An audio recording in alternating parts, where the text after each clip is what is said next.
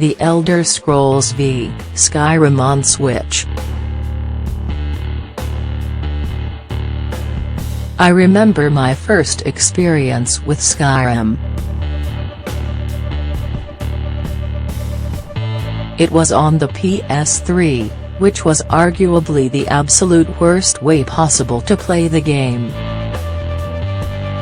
The more you did within the world, the larger your save file size got, and frame rate dips would start to get more frequent as a result.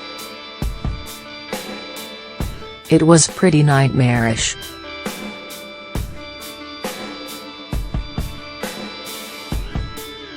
Everything I did threatened to break the game entirely, but still, there is no doubt that Skyrim was one of the most immersive and content-filled fantasy RPGs I'd ever played.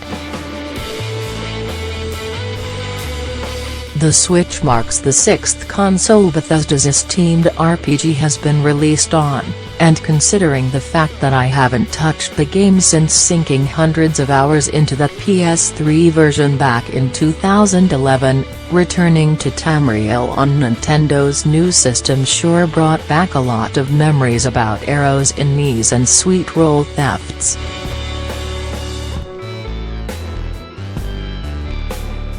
Skyrim is way better than I remember on the Switch, and it's now my favorite way to play this game. Let's get the technical stuff out of the way.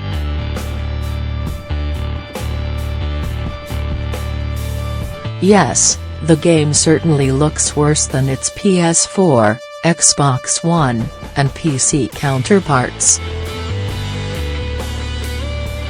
Compare them side by side, and you'll notice that the textures on the Switch don't look quite as crisp, and the draw distances aren't great. I've sunk about 40 hours into Skyrim over the past week, and I noticed that there's a lot of pop-in when you're wandering around the large environments. Grass and trees randomly spring into existence as you're sprinting, and occasionally you'll see red enemy dots on your compass before they even show up on screen.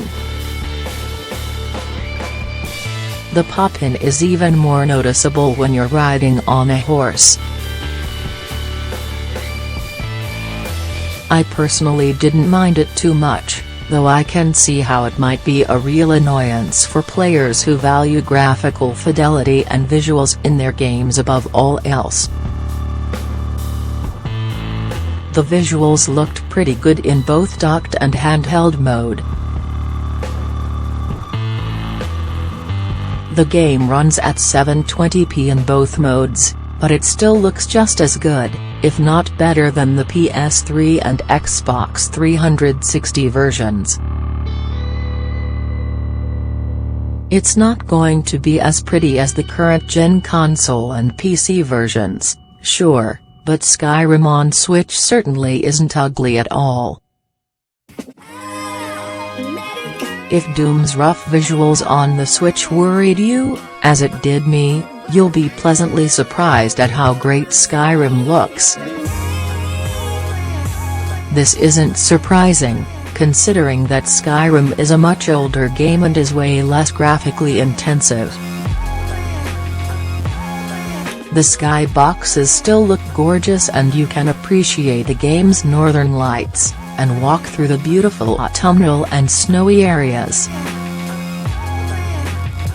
Overall, I was extremely pleased with how pretty it was in both docked and handheld.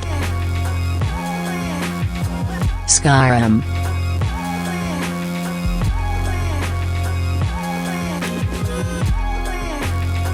The frame rate is capped at 30, and it's pretty consistent throughout.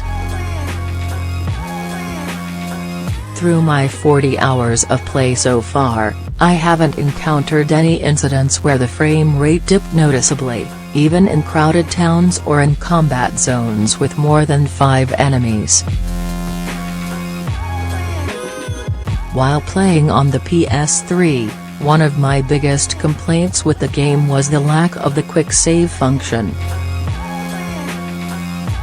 Thankfully, Bethesda has kindly opted to put that into the Switch version, which means that you can save your game quickly and conveniently before going off and picking that lock or stealing that gold from the innocent man's pocket. It's a huge quality of life improvement that I greatly missed in the original game on the last-gen consoles, and it's nice to have that function come to the special edition on PS4 and Xbox One, as well as this version on the Switch.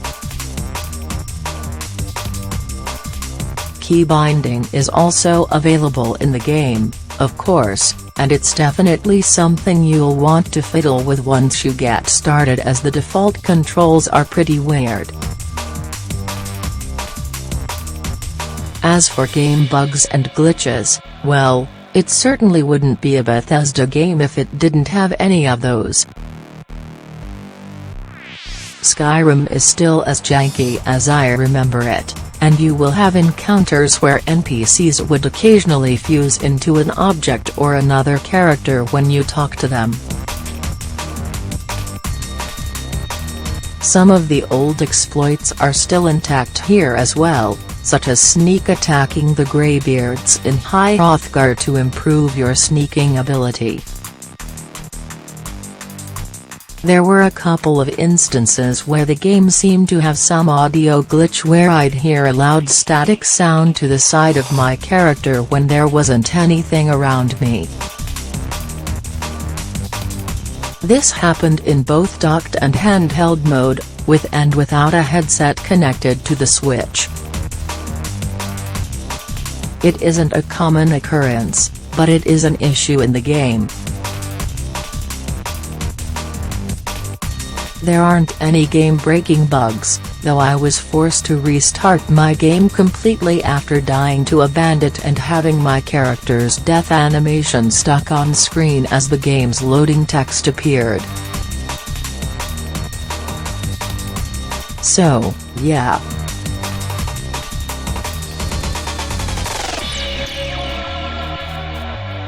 There are definitely a bunch of bugs in Skyrim, but from what I've seen so far, there isn't anything here that's too serious to the point of severely hindering your gameplay experience.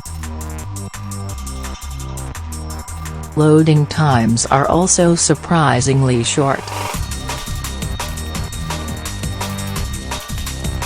It's worth noting that I have the digital version of the game saved onto a micro SD card on my Switch, and the loading time was only somewhat long whenever I booted up the game.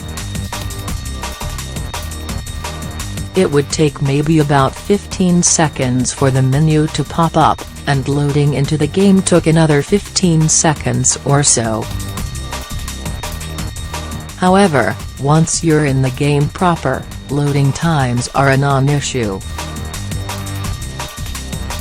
Exiting a town to go into the open world would take about 5 seconds, and fast traveling from one location to another took a couple of seconds more. Skyrim.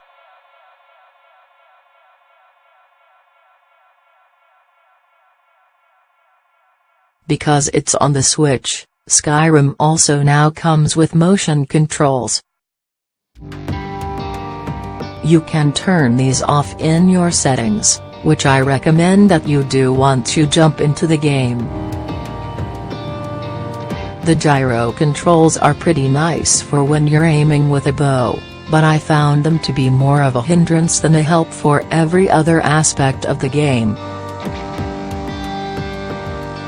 There's also amiibo support, and you can get some pretty nifty-looking Zelda-themed gear, such as the Champion's Tunic from Breath of the Wild and the Master Sword.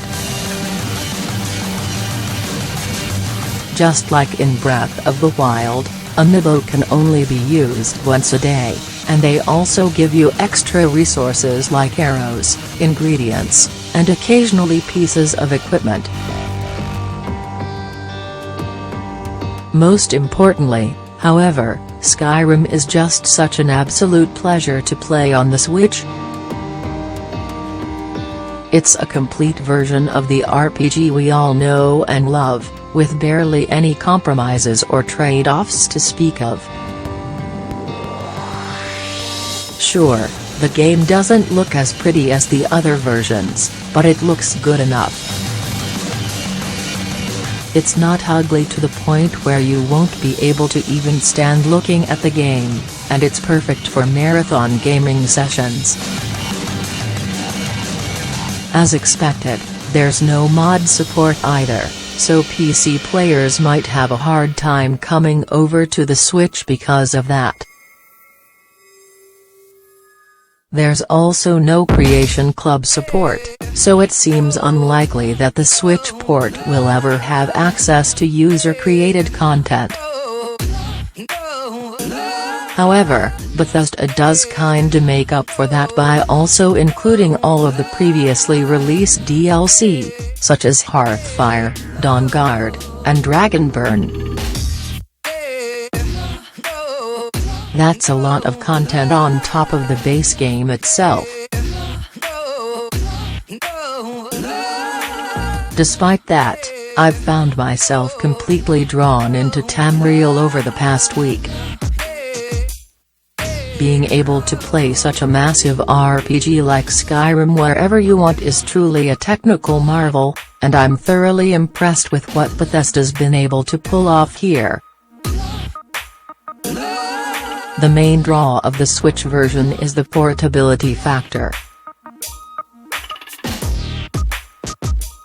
The fact that you can play Skyrim in handheld mode, in its entirety, and with very minor compromises like a slight hit to visuals and lack of mod support makes this one of the best AAA handheld ports I've ever played. If you're able to look past those issues, the Switch is the definitive way to experience Skyrim.